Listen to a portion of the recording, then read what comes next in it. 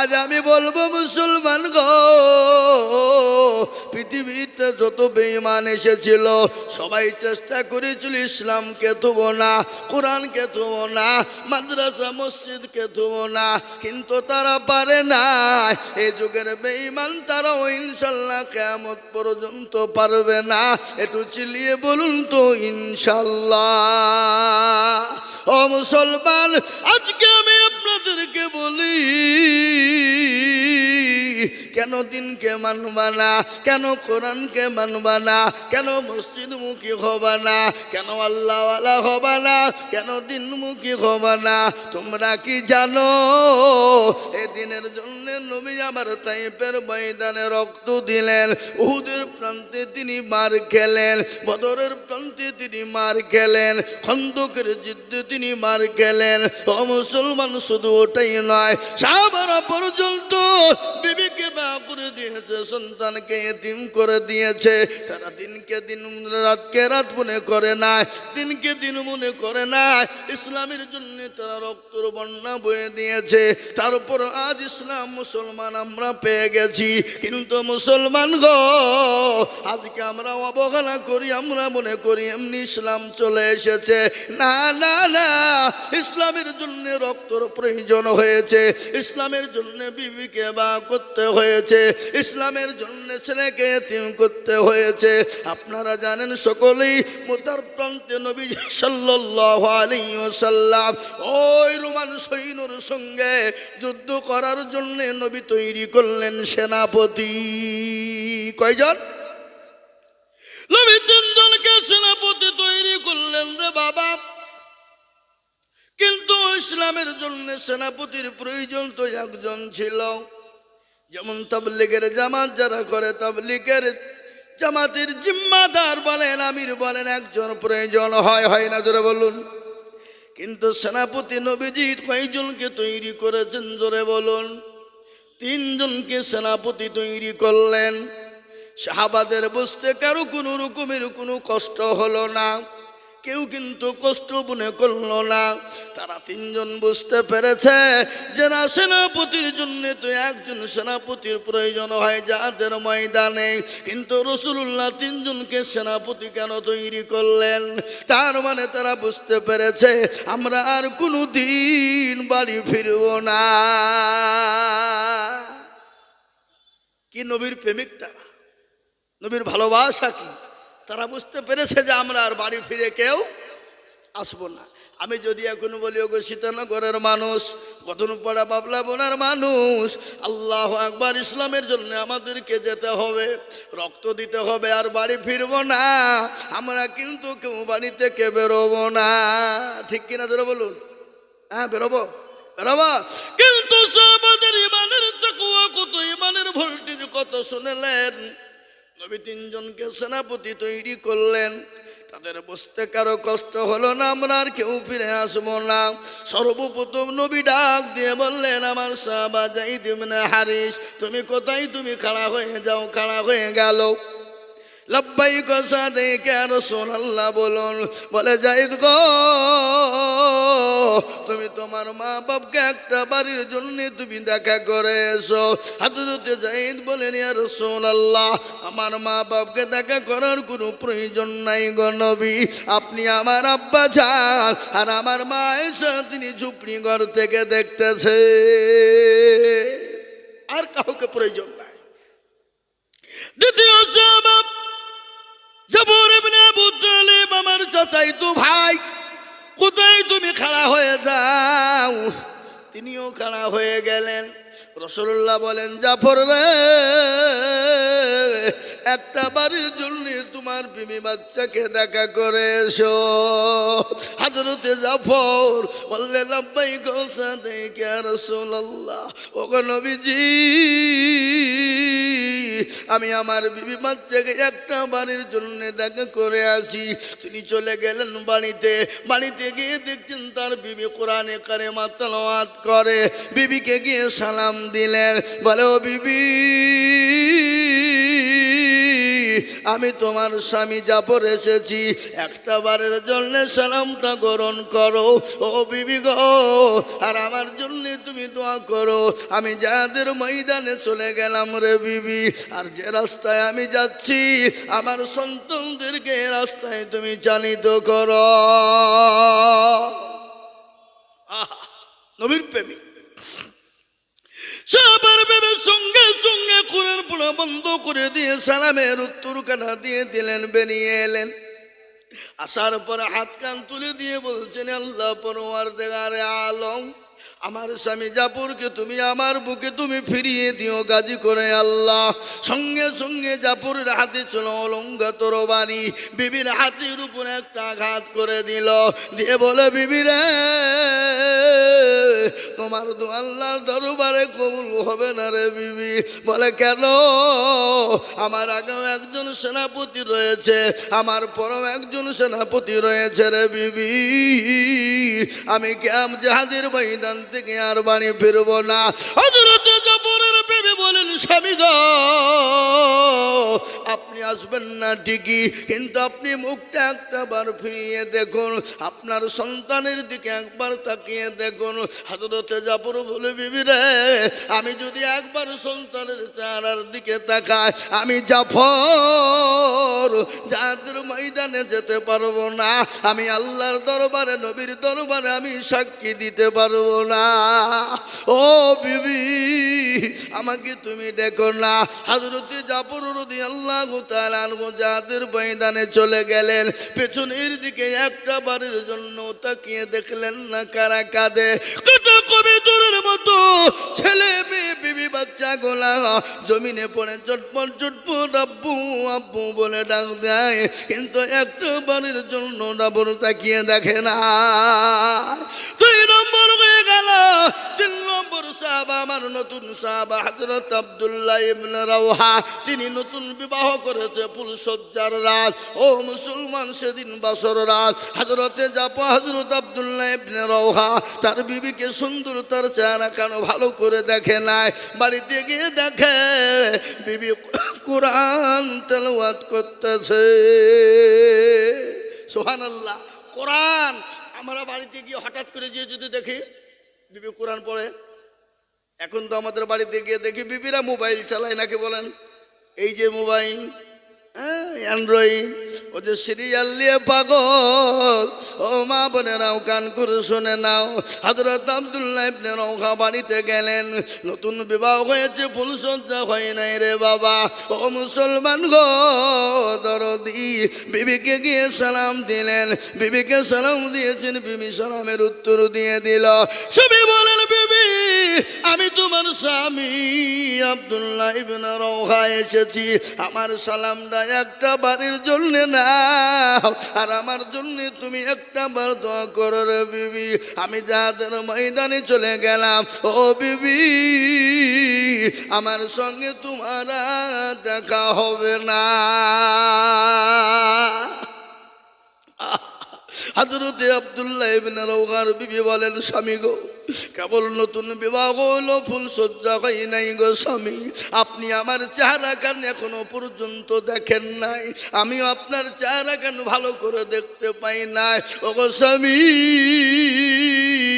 খোদার কসম করে বলি, আমি মদিনার এক সুন্দরী হুর, আমি একটু সুন্দরী একজন মদিনার হুর, আপনি একটা বারের জন্য আমাকে দেখা করেন গো স্বামী।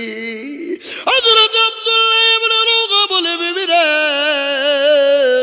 আমি যদি তোমাকে দেখা করতে যাই, আমি তোমার প্রেমে পাগল হয়ে যাব,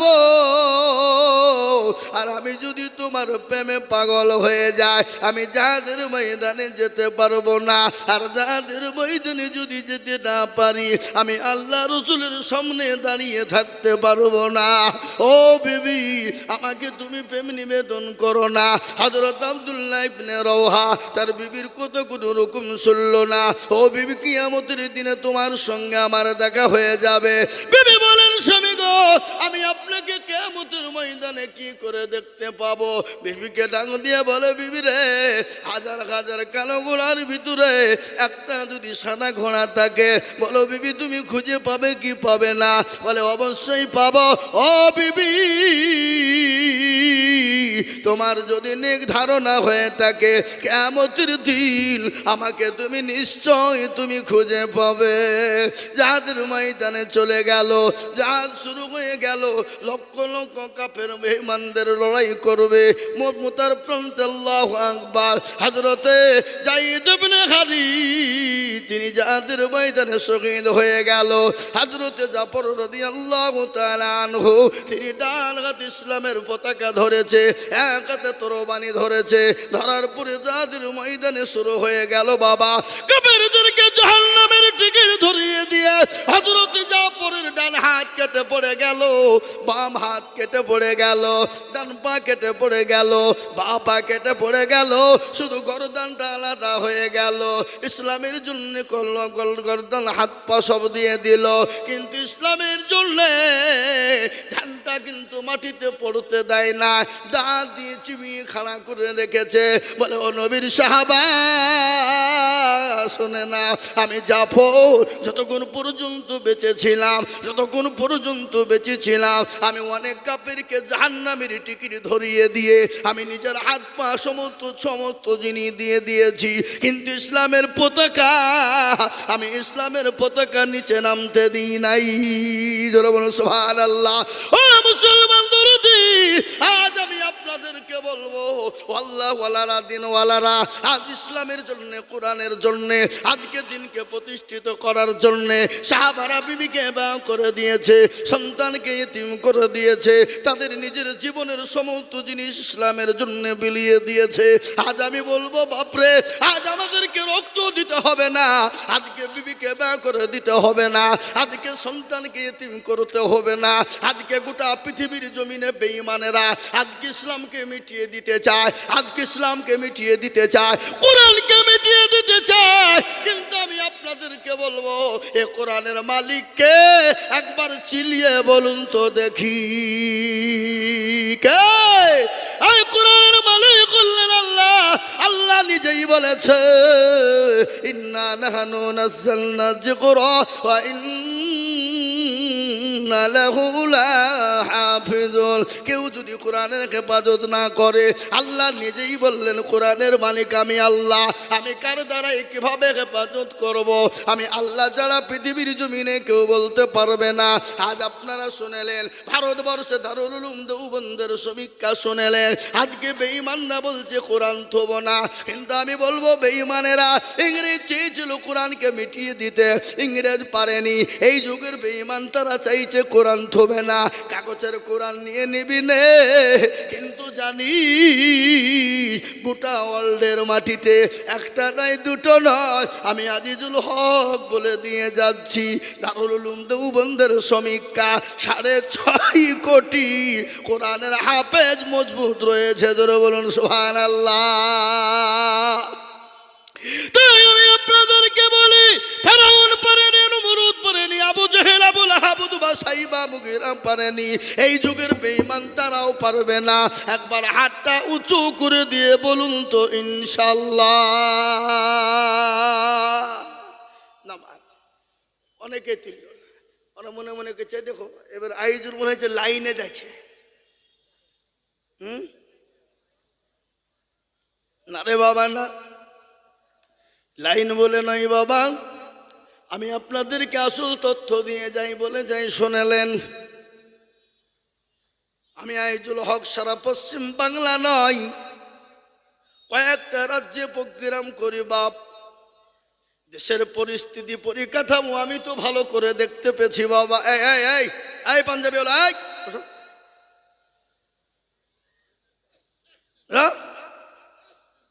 জাল লাগছে নাকি? মুখ খুলো। এই যে মুখ ঢেকে ঘুরিয়ে বেড়েছে, সব গোলমেলিয়ে মাল। দেখবেন যারা ওই মুখ ঢেকে ঘুরে বেড়েছে, মনে হচ্ছে এখনো করোনা আছে। ও করোনার নাম করে যে কত করোনা করছে আল্লাহ জানে। কি বুঝছেন আপনারা? বুঝতে পারলেন আমার কথাটা? হ্যাঁ মুসলমান, তাই আমি আপনাদেরকে বলি বাপরে, আজকে মুসলমান শুনে নেন, যদি মুসলমানদের কাছ থেকে খোদানা খাস্তা কোরআন চলে যায়, খোদানা খাস্তা যদি মুসলমানদের কাছ থেকে মাদ্রাসা বন্ধ হয়ে যায়, খোদানা খাস্তা যদি মুসলমানদের কাছ থেকে মসজিদ চলে যায়, মুসলমানের কোনো অস্তিত্ব থাকবে না, মুসলমানের অস্তিত্ব থাকবে না। মুসলমান দুনিয়ার জমিনে বেঁচে থাকার কোনো তার লাভ হবে না, তার গাড়ি বাড়ি টাকা পয়সা সম্পদে কোনো কাজ হবে না। কিন্তু আমি আর একবার আপনাদেরকে বলবো বাবা, হাজারো চেষ্টা বেঈমান না করুক না কেন, ইসলাম কোরআনকে মিটিয়ে দিতে পারবে না। তার একবার সবাই মিলে হাত তুলে বলবো ইনশাল্লাহ পারবে না। এ মজলিসে আছে যত মুজাহিদ বীর, উচ্চ কণ্ঠে হাত তুলে বলি নারায়ে তাকবীর। আহা আহা, কিছু লোক এখনো তুলেনি, ওরা মনে করছে মৌলবি দেখতে পাবেন না। বুঝা যারে বোঝায় না রে তারে বোঝাই কে, আর না বুঝা যে হু করে তাকে ভূতে ধরে আছে, ঠিক না? এ মুসলমান, বুঝে না যারা তাদের বোঝাই কে, কিন্তু কান করে শোনেনি। যারা তুলে দিল তারা জিতে গেল, যারা তুললো না তারা হেরে গেল। বাবা, ও মনে করবে মৌলবি দেখতে পাবে না, ওরা মনে করবে মৌলবি দেখতে পাবে না, কিন্তু মৌলবির সাথে তো সাথ নাই। যেটা দেখে সেটাকে, যেটা কেউ জানে না সেটা জানেন কে, যেটা কেউ বুঝে না সেটা বুঝেন কে।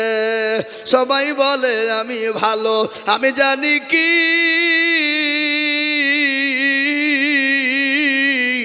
আমার মনের গোপন খবর জানে আল্লাহজি। আলোতে আধারে নির্জনেতে কোথা কি করেছ তুমি সব জানে সে, তাহারি চোখে থেকে যাবে না পাখি, আমি জানি কি।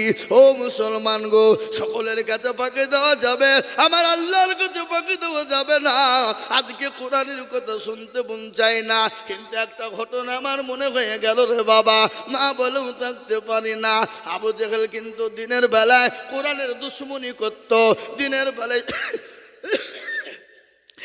বেলায় নবীর দুশ্মনী করত, দিনের বেলায় ইসলামের দুশ্মনী করত।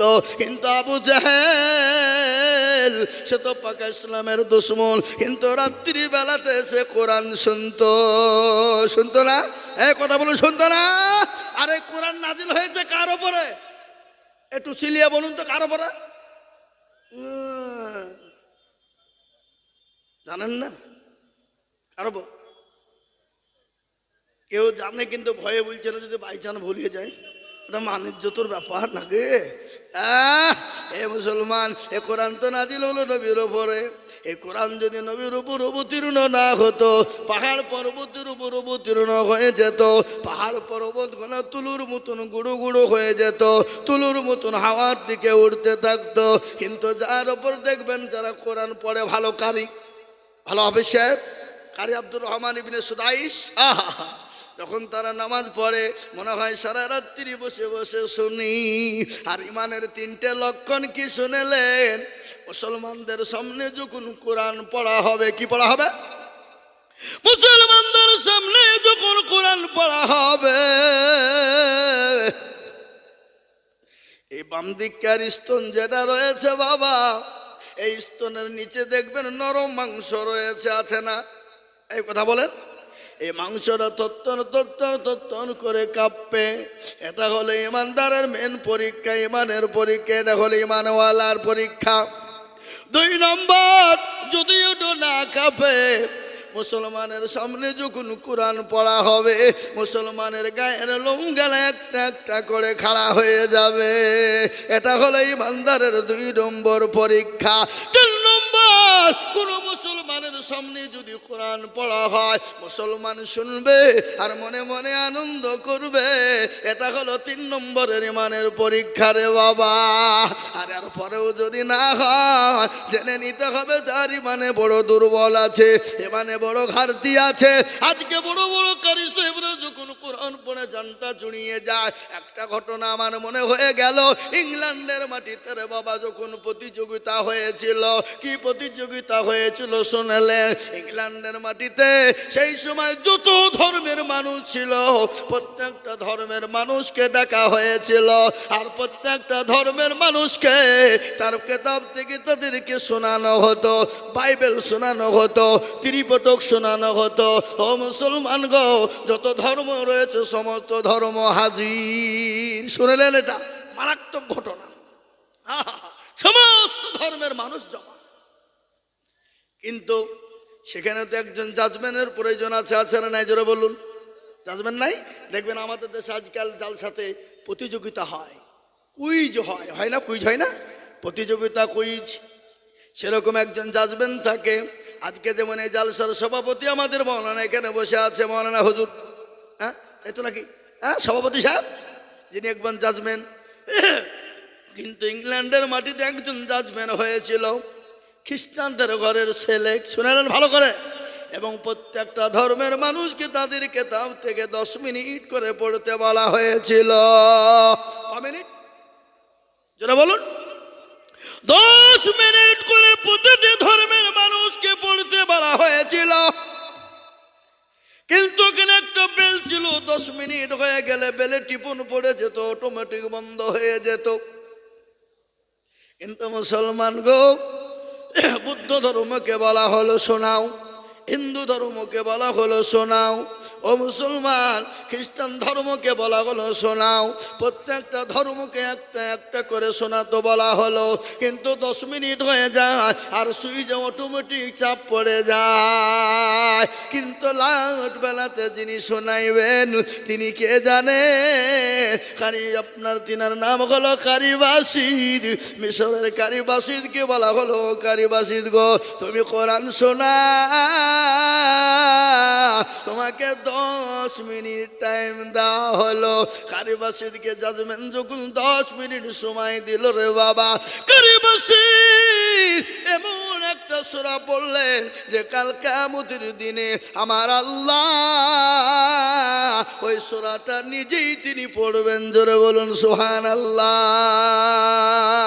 আমার আল্লাহ কাল কিয়ামতের ময়দানে, হাসরের মাঠে আল্লাহ নিজে কোরআন পড়বেন, আর ওই কোরআনের মধ্যে একটা সূরা আছে, সেই সূরাটা তিনি নিজেই পড়বেন।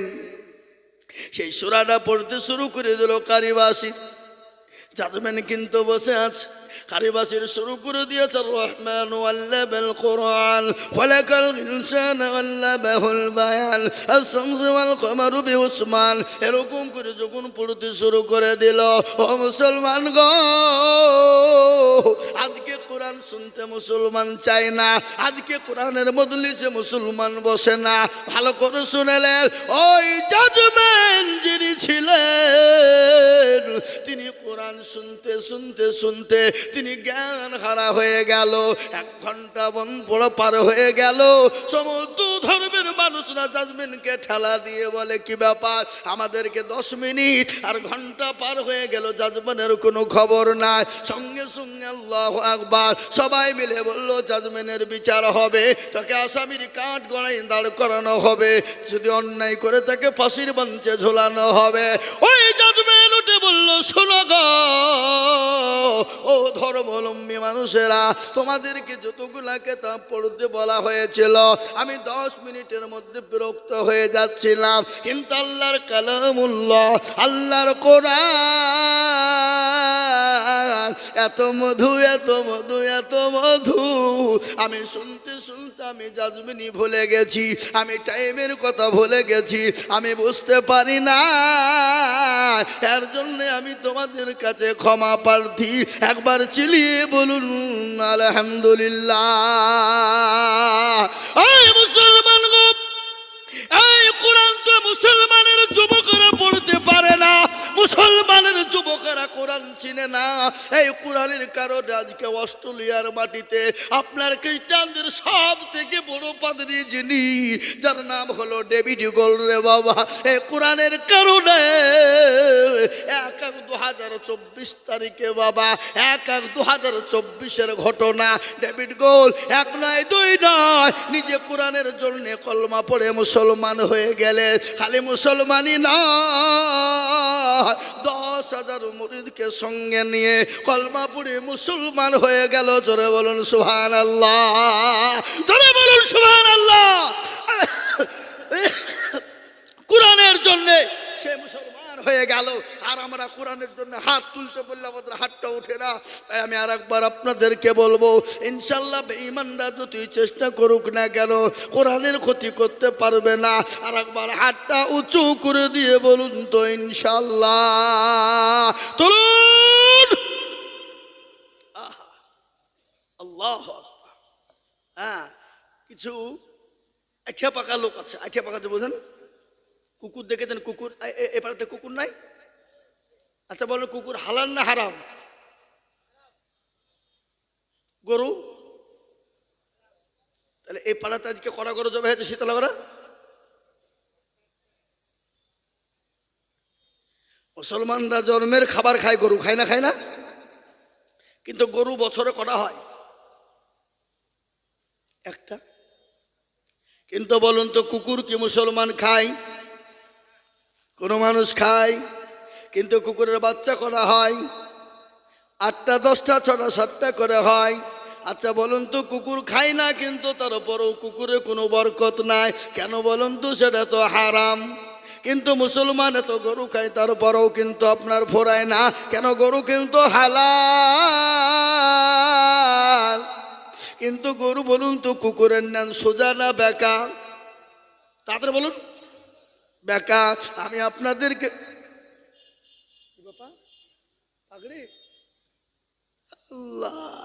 ও মুসলমান, আপনারা ফলন দেখতে পাবে বাবা। মানুষ তো মাঠে ফসল বললে ফলন নাই নাই না লাই বলুন। ধান বলেন, গম বলেন, রসুন বলেন, পেঁয়াজ বলেন। এবার তো রসুনের যা দাম গেল, এর জন্য গোটা পাড়া, গোটা মাঠ, গোটা আনঠা কাঠটা সব রসুন লাগাইছে বাপ। লাগায়নি এবছর? এই মাদ্রাসা যে ফলন আপনারা দেখতে পাবেন, আমার পরেই হয়তো পাগড়ি পরানো হবে। কিন্তু আমি আপনাদেরকে বলবো, দরদি মুসলমান গো, কুকুরের নাম দেখবেন বেঁকা, কিন্তু যত খেয়াত ইসলামপুর থানা থেকে আনবেন, কুকুরের নামটা ডলবেন, 60 করে ছেড়ে দিবেন, আবার বেঁকা হয়ে যাবে। কিন্তু এরকম কিছু বেঁকা মানুষ আছে, আপনি যতই বলুন হাত তুলতে তারা তুলবে না। কিন্তু তারা কি জানে না? ওই দেখেন কোরআন আমার সামনে, কোরআন বলে চালিয়াও মানা কুতিমু আলা আফওয়াহিম ওয়া তুকাল্লিমুনা আইদিহিম ওয়া তাশহাদু আরজুলুহুম বিমা কানু ইয়াকসিবুন। কিয়ামতের দিনে জবানে তালা মেরে দেবে, হাতকে বলবে কোন কাজে ব্যয় করেছিল। হাত সেই দিন সাক্ষী দিয়ে বলবে, মাবুদ গো, ওই সীতানগর মাদ্রাসার জালসা আজিজুল হক বলেছিল হাতটা তোলার জন্য, হাতটা তুলে দিয়েছিলাম। সেই দিন জাহান্নামটা হারাম হয়ে যাবে। আজ আমি আপনাদেরকে বলবো, বাপরে আসুন আমি কোরআনের জন্য একটু আপনাদের কাছে হাত পেতে দিই। আমি আজিজুল হক সারা দেশে লক্ষ লক্ষ লক্ষ লক্ষ লক্ষ লক্ষ টাকা করে বলি, আজ আমি আপনাদের কাছে কোরআনের জন্য হাত তুলবো। ওগো মাস্টার, ওগো ডাক্তার, ওগো ব্যবসায়িক, ওগো জমিদার, ওগো পয়সাওয়ালা, ওগো আল্লাহওয়ালা, বহু টাকা বহু দিকে চলে যায়, বিবি বাচ্চার পিছনে চলে যায়, ছেলে মেয়ের পিছনে চলে যায়, আত্মীয় স্বজনের পিছনে চলে যায়, ডাক্তারের পিছনে চলে যায়। আল্লাহর কোরআনকে বাঁচানোর জন্যে আমি বলবো, আল্লাহর বান্দা সর্বপ্রথম একবার তকবীর দেব, আর তকবীর দেওয়ার সঙ্গে সঙ্গে সর্বপ্রথম 30,000 টাকার দাতা। আমি জানি এই মজলিসের ভিতরে 50,000 1 লাখ টাকা দেওয়ার লোক আছে, কিন্তু 50,000 1 লাখ টাকা আমি চাইব না। আমি ডানে বায়ে পিছনে সামনে উপরে নিচে ইনশাল্লাহ আমি একবার তাকবীর দেব,